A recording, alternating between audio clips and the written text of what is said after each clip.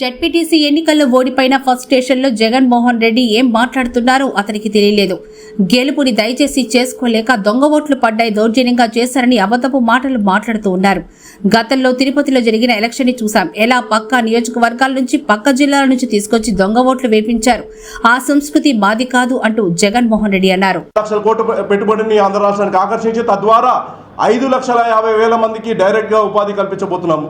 అలానే పేదరిక నిర్మూలన కోసము ఇప్పటికే P4 పథకాన్ని ఇంప్లిమెంట్ చేస్తున్నాము. అలానే అన్న క్యాంటీన్లని ఆల్రెడీ స్టార్ట్ చేయడం జరిగింది. అలానే ప్రతి కాన్స్టిట్యున్సీస్లో అన్నదాత కార్యక్రమాన్ని పెట్టి అన్న క్యాంటీన్స్ పెట్టి 5 రూపాయలకే భోజనం అందించే కార్యక్రమాన్ని కూడా రాష్ట్ర ప్రభుత్వం శ్రీకారం చుట్టింది. ఇలా అన్ని పథకాలు మనం చేసుకుంటూ వెళ్తుంటే దాన్ని మొన్న జగన్మోహన్ రెడ్డి గారు ప్రెస్ మీట్ పెట్టి ఆయన మాట్లాడిన వ్యాఖ్యలు ఏవైతే ఉన్నాయో అవన్నీ కూడా చాలా అనుచిత వ్యాఖ్యలు. ఒక పక్కన జగన్మోహన్ రెడ్డి గారు నారా చంద్రబాబు గారికి వయసు అయిపోతుందని చెప్పి ఆయన నరకానికి వెళ్తాడని చెప్పి ఇలాంటి అనుచిత వ్యాఖ్యలు చేసి ఇవాళ జగన్మోహన్ రెడ్డి గారు ఏం ప్రూవ్ చేయాలనుకుంటున్నారో నాకైతే అర్థం కావట్లేదు. ఒకటైతే క్లియర్గా అర్థమవుతుంది, ఎలక్షన్ రిజల్ట్స్ జెడ్పీటీసీ ఎలక్షన్ రిజల్ట్స్లో క్లియర్గా ఓడిపోయారు. గతంలో జనరల్ ఎలక్షన్లో మేము తెలుగుదేశం పార్టీ కూటమి అభ్యర్థులు రాయలసీమలో పాగా వేయడం జరిగింది. ఇవాళ వైఎస్ఆర్సీపీ ఫౌండేషన్ కూడా కల్పిస్తూ వచ్చిన రిజల్ట్ని చూసి జగన్మోహన్ రెడ్డి గారు ఫ్రస్ట్రేషన్లో ఏం మాట్లాడుతున్నారో ఆయనకే తెలియకుండా మాట్లాడుతున్నారు. ఇవాళ ఆయన ఏమంటారంటే గెలుపుని డైజెస్ట్ చేసుకోలేక ఇవాళ అక్కడ ఇవన్నీ ఫాల్స్ ఓట్స్ పడ్డాయి, ఫేక్ ఓట్స్ పడ్డాయి అని చెప్పి ఆయన ఫ్రస్ట్రేషన్ వెలువరుస్తున్నారు. ఇవాళ నేను ధైర్యంగా చెప్తున్నాను, ఫేస్ టు ఫేస్ ఛాలెంజెస్ చెప్తున్నాను. ప్రజాస్వామ్యంలో పులివెందల్లో ఇప్పటి వరకు కూడా క్యాండిడేట్ని పెట్టకుండా, అవతల పార్టీ క్యాండిడేట్ని పెట్టకుండా యునానిమస్గా ఆయన జరిపిస్తున్నారు ఎలక్షన్. దాదాపు 30 సంవత్సరాలు ఇలానే జరిపిస్తున్నారు. మొట్టమొదటిసారిగా ప్రజాస్వామ్యం బద్దగా ఇవాళ అక్కడ ఎలక్షన్ జరిగింది. ఆ ఎలక్షన్ రిజల్ట్ని మనం చూడడం జరిగింది. అలానే గతంలో చూసాం ఎలక్షన్లు, తిరుపతి ఎలక్షన్లో ఎక్కడెక్కడి నుంచో తిరుపతి నుంచి ఓటర్లు తీసుకొచ్చారు. అలానే నగరి, తంబలపల్లి ఈ చుట్టుపక్కల నియోజకవర్గాల నుంచి ఓట్లు తీసుకొచ్చి తిరుపతిలో వాళ్ళందరికీ రాంగ్ ఓట్లు వేయించి, దొంగ ఓట్లు వేయించి ఇవాళ జగన్మోహన్ రెడ్డి గారు ఆ ప్రక్రియ, ఆయన ఫాలో అయ్యే ప్రక్రియ ప్రతి ఒక్కరు కూడా ఫాలో అవుతారని చెప్పి ఒక దురుద్దేశపూర్వకంగా ఇవాళ ఆయన వ్యాఖ్యానించడం జరిగింది. ఏజ్ అనేది కేవలం ఒక నెంబర్ మాత్రమే. ఈ నారా చంద్రబాబు గారికి వయసు ఎక్కువ అయిపోయింది, ఆయన ఇంకేంది ఈ కృష్ణారామ అనుకోకుండా ఇవాళ రాజకీయాలు చేస్తున్నారని చెప్పి ఇవాళ ఆయన మాట్లాడడం జరుగుతుంది. నేను ఇవాళ జగన్మోహన్ రెడ్డి గారికి అంటున్నాను, వయసు అనేది కేవలం నెంబర్ మాత్రమే.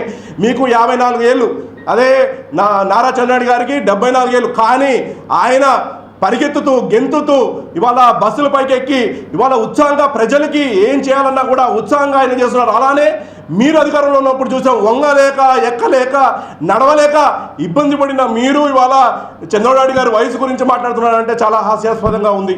ఇవాళ నేను జగన్మోహన్ రెడ్డి గారికి క్లియర్గా చెప్తున్నాను, వయసు పెరుగుతూ ఆయన అనుభవాన్ని ఇవాళ ఆంధ్ర రాష్ట్రం మనం అభివృద్ధి పరచడానికి, సంక్షేమం దృష్టిగా ముందు తీసుకెళ్ళడానికి, పారిశ్రామికంగా ముందు తీసుకెళ్ళడానికి, బీసీలకి, ఎస్టీలకి, ఎస్సీలకి సంక్షేమంలో అందించడానికి ఇవాళ ఆయనకున్న అనుభవాన్ని ఆయన పెడుతున్నారు.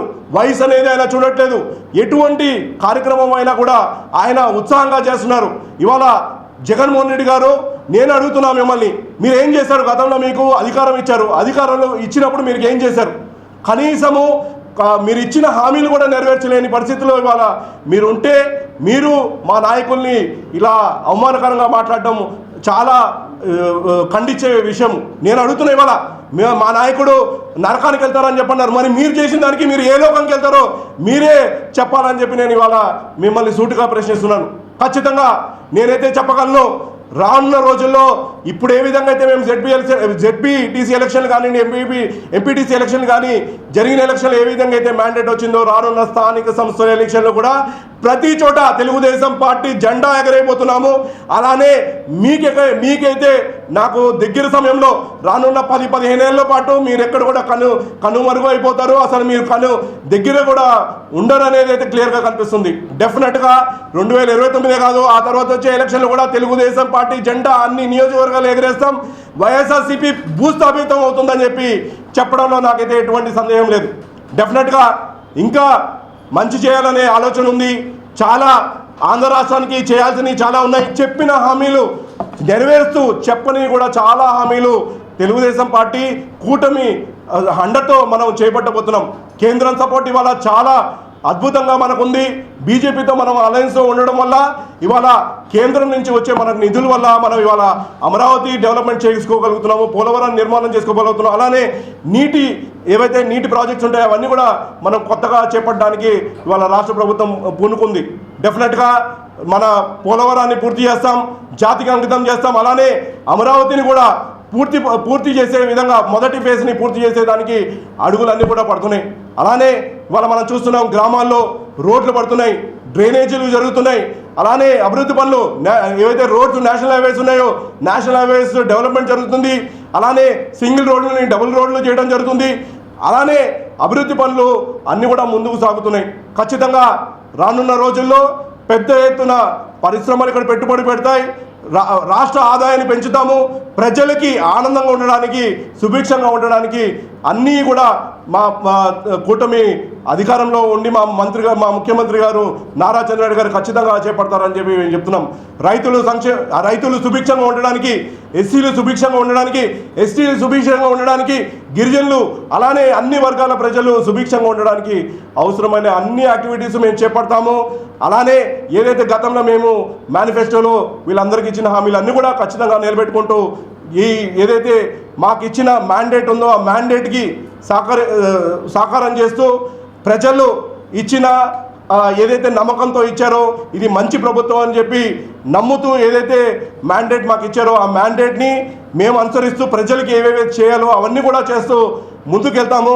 మేము ఇవాళ స్ట్రైట్గా జగన్మోహన్ రెడ్డి గారిని మీరు ఏదైనా చర్చించాలంటే, డెవలప్మెంట్ మీద చర్చించాలంటే దానికి మేము సిద్ధంగా ఉన్నాం. ఎక్కడైనా చర్చిద్దాము, దేని విషయం మీద చర్చిద్దాం. మీరు కానీ మీ నాయకులు కానీ ఓపెన్ ఛాలెంజ్ చేస్తున్నాం.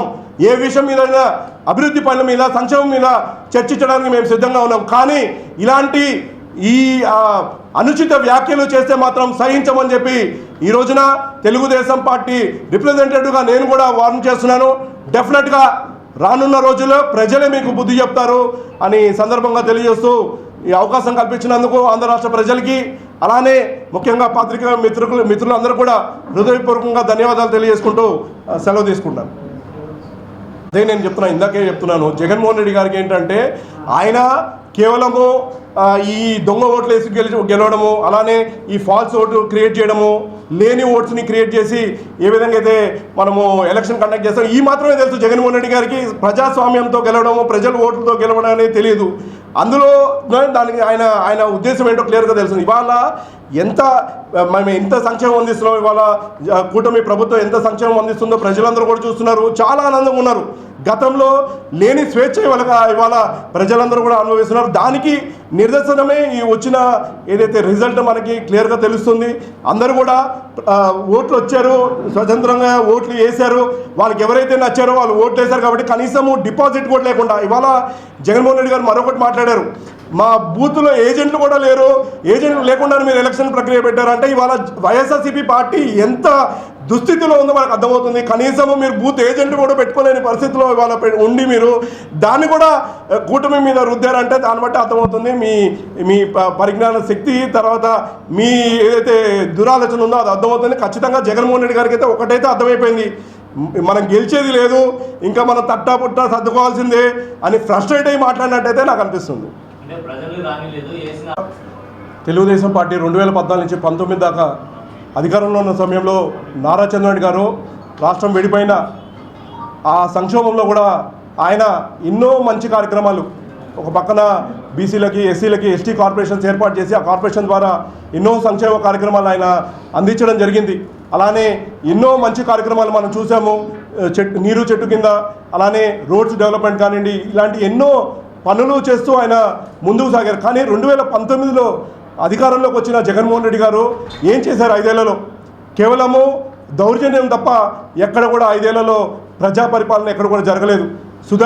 డాక్టర్ సుధాకర్ గారు ఎస్సీ సామాజిక వర్గం సంబంధించిన ఆయన కేవలం మాస్క్ కరిగారని చెప్పి ఆయనని పిచ్చోడుగా చిత్రీకరించి నడి రోడ్డు మీద గుండు కొరిగించి ఆయన ఆత్మహత్య చేసుకునే విధంగా చేశారు. చంద్రయ్య ఆయన చనిపోవడానికి కారణం మీ పార్టీ. అలానే స్వేచ్ఛ వాయులు, మహిళలపైన దాడులు బాగా పెరిగిపోయి 2019 నుంచి 2024 దాకా బాగా పెరిగిపోయి అన్నీ కూడా అంటే కేవలము విధ్వంసంతోనే రాష్ట్రాన్ని నడిపి ఇవాళ మీరు స్వేచ్ఛ వాయులు లేవు ఇవాళ ఆంధ్ర రాష్ట్రంలో అని చెప్తుంటే అది హాస్యాస్పదంగా ఉంది. డెఫినెట్గా జగన్మోహన్ రెడ్డి గారికి ప్రజలు ఆల్రెడీ మీరు చేసిన దౌర్జన్య పాలనకి ఆ సమాధానం 2024 ఎలక్షన్లోనే చెప్పడం జరిగింది. రానున్న రోజుల్లో కూడా ఖచ్చితంగా కనీసము జగన్మోహన్ రెడ్డి గారికి మాట్లాడే నైతిక హక్కు కూడా లేదని చెప్పి నేనైతే భావిస్తున్నాను. ఎందుకంటే ఆయన చేసిన పరిపాలన అందరూ కూడా క్లియర్గా ఆంధ్ర రాష్ట్ర ప్రజలందరూ కూడా తెలుసు. దాన్ని బట్టి ఆయనకు వచ్చిన మ్యాండేట్ ఇంకా రానున్న రోజుల్లో కూడా స్థానిక సంస్థలు కానివ్వండి, రేపు రాబోయే ఎలక్షన్లు కూడా జనరల్ ఎలక్షన్లు కూడా ఆ సమాధానము ప్రజలు ఓట్ల రూపాన ఆయనకి తెలియజేస్తారని చెప్పి ఈ సందర్భంగా నేను తెలియజేస్తున్నాను. 636 ఓట్లు కూడా వాళ్ళకి వేయాల్సిన అవసరం ఏముంది? అదే నేను చెప్పేది ఏంటంటే 636 ఓట్లైనా వాళ్ళకి రావాల్సిన అవసరం లేనే లేదు. యాక్చువల్ చెప్పాలంటే పులివెందుల్లో వాళ్ళు చేసిన అక్రమాలకి, అక్కడ చేస్తున్న దౌర్జన్యానికి కనీసం 636 ఓట్లు కూడా వాళ్ళకి రాకూడదు యాక్చువల్ చెప్పాలంటే. కానీ వాళ్ళ బేస్, వాళ్ళ ఫౌండేషన్ అది కాబట్టి, ఏదైతే పులివెందుల వాళ్ళ ఫౌండేషను అలానే చాలా డబ్బు ఇవాళ మాకు తెలిసిన ఇన్ఫర్మేషన్ ఏంటంటే వాళ్ళ నాయకులందరూ కూడా ప్రతి ఒక్కరికి కాల్ చేసి మీకు డైరెక్ట్గా మేము ఫోన్పే చేస్తాము, గూగుల్ పే చేస్తాము, ఇంత డబ్బు ఇస్తామని చెప్పి ఆ పెట్టిన ప్రలోభాలకి వచ్చిన ఓట్లే 636 ఓట్లు. కానీ వాళ్ళు ఎలక్షన్ ఎక్కడ కూడా చేయలేదు. కనీసము బూత్లో ఏజెంట్ పెట్టుకోలేని శక్తిలో వాళ్ళ వైఎస్ఆర్సీపీ పార్టీ ఉంది. అదే దానికి క్లియర్ ఇండికేషన్.